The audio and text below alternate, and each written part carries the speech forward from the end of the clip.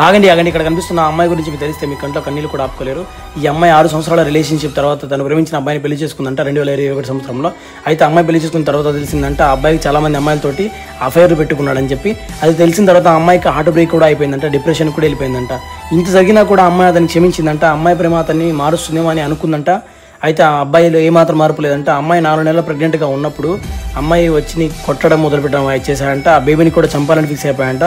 దానికి అమ్మాయి ఒప్పుకోకపోవడంతో అమ్మాయిని విపరీతంగా కొట్టడము అండ్ టార్చర్ చేయడం మొదలుపెట్టాడంట. అమ్మాయి 5 నెలల ప్రెగ్నెంట్గా ఉన్నప్పుడు తన హెల్త్ పూర్తిగా చెడిపోయిందంట. ఆ టైంలో అమ్మాయి పేరెంట్స్ హాస్పిటల్ జాయిన్ చేయించారంట. అయితే ఆ అమ్మాయి హాస్పిటల్ బెడ్ మీదనే వదిలేసి వెంటనే వెళ్ళిపోయాడంట ఆ అబ్బాయి. ఇప్పటికీ 3 సంవత్సరాలు అయిపోయిందంట వదిలేసి వెళ్ళిపోయి. అప్పటికి కూడా ఆ అబ్బాయి ఎక్కడున్నాడో కనిపించలేకపోవడం వీళ్ళందరూ కూడా ఆశ్చర్యంగా ఉందట. కానీ ఆ అబ్బాయికి కొంచెమైనా ఆనందం కలిగించే విషయం ఏంటంటే ఈ అమ్మాయికి అబ్బాయి పుట్టాడంట. ఆ అబ్బాయి పేరు మాన్వీరు.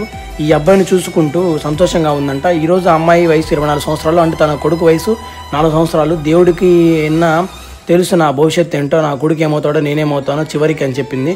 ఈ రోజుల్లో ప్రేమ అనేది చాలా భయంకరంగా ఉంది అని చెప్పింది అని అమ్మాయి. ఈ విధంగా ఆ అమ్మాయి 5 నెలల ప్రెగ్నెంట్గా ఉన్నప్పుడు ఆ అబ్బాయి హస్బెండ్ తనని మోసం చేసి వదిలేసి వెళ్ళిపోయాడంట. ఈ కథ విన్నాక మీకు ఏమనిపించిందో మీ అభిప్రాయాన్ని కామెంట్ బాక్స్లో చెప్పండి. ప్లీజ్ అండి, నా వీడియోస్ మీకు నచ్చితే మొత్తం సబ్స్క్రైబ్ చేసుకొని మీ సపోర్ట్ నాకు ఇవ్వండి.